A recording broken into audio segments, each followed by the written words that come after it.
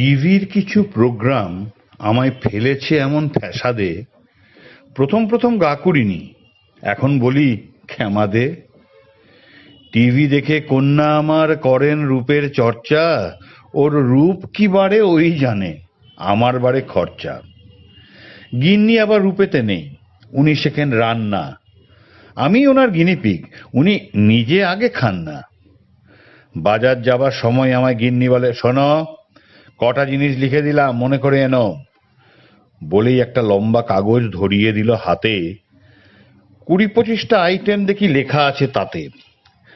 আলু, পেঁয়াজ, পেঁপে, মূলো, 1 প্যাকেট মেডিকেটেড তুলো, লঙ্কা, রসুন, ধনিয়া পাতা, রেসিপি লেখার 2টো খাতা, গাজর, বিট, বিনস, শশা, কমলা লেবুর শুকনো খোসা, 250 গ্রাম সজনে ডাঁটা, তারপরেরটা লিখে কাটা, বড় মুসম্বি গোটা 6, ব্র্যাকেটে যেন টক না হয়, মাশরুম মানে ব্যাঙের ছাতা, বেশ কিছুটা মেহেন্দি পাতা, 500 গ্রাম পাঠার শিনা, পরেরটা ঠিক কি বুঝছি না, কাতলা অবলিক রুইয়ের মুড়ো, কাঁচা হলুদ, জিরে গুঁড়ো, গোটা 6 কয়েদ বেল, কাঠের ঘানির সর্ষের তেল, কেশর, জয়িত্রী, জায়ফল, 1 শিশি গোলাপ জল, কাজু কিশমিশ 100 গ্রাম, গোটা 5 ক্যাপসিকাম, পাতিলেবু বড় 2টি, মাখন আর পাউরুটি, গোটা 8 জ্যান্ত কই, 1 ভাঁড় টক দই, 1 ডজন হাঁসের ডিম, আর সবশেষে কোল্ড ক্রিম।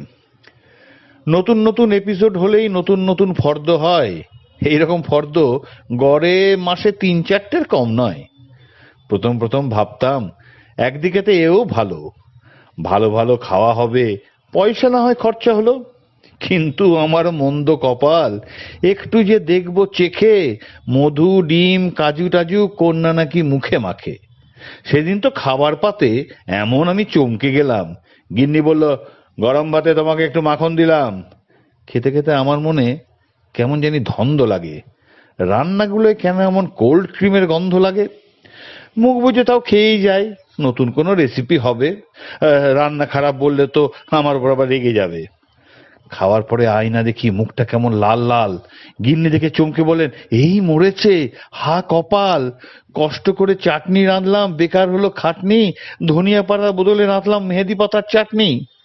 কিন্তু তেঁতুল দিয়ে ধনিয়া বেটে কোথায় যে রাখলাম। কন্যা চেঁচায়, আমি তাহলে এগুলো কি মাখলাম? বলেই সে জুড়ে দিল ভীষণ জোরে কান্না। আমি বলি, গিন্নি প্লিজ রেহাই দাও, আর না।